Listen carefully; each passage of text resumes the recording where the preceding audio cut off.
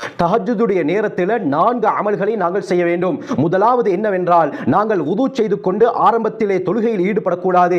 முதலாவதாக நாங்கள் குர்ஆனை பார்த்து ஓத வேண்டும். இது அனுபவபூர்வமான ஒரு அமல் கண்ணியமானவர்களே. ஏனென்றால் தஹஜ்ஜுடைய நேரத்திலே குர்ஆனை பார்த்து ஓதும் பொழுது அது ரூஹானியத்தாக மாறுகிறது. எம்முடைய பார்வையையும் அது சீராக்குகிறது. நம்முடைய உடலிலும் ஈமானியத்தை உருவாக்குகிறது.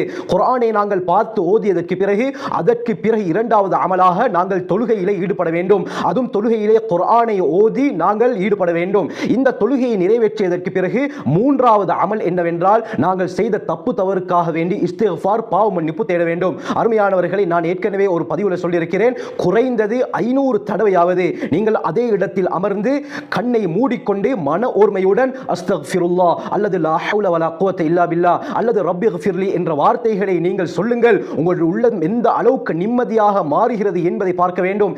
எந்த யோகாவிற்கும் போக வேண்டிய அவசியம் கிடையாது. வேற எந்த கவுன்சிலிங்கும் போக வேண்டிய அவசியம் கிடையாது.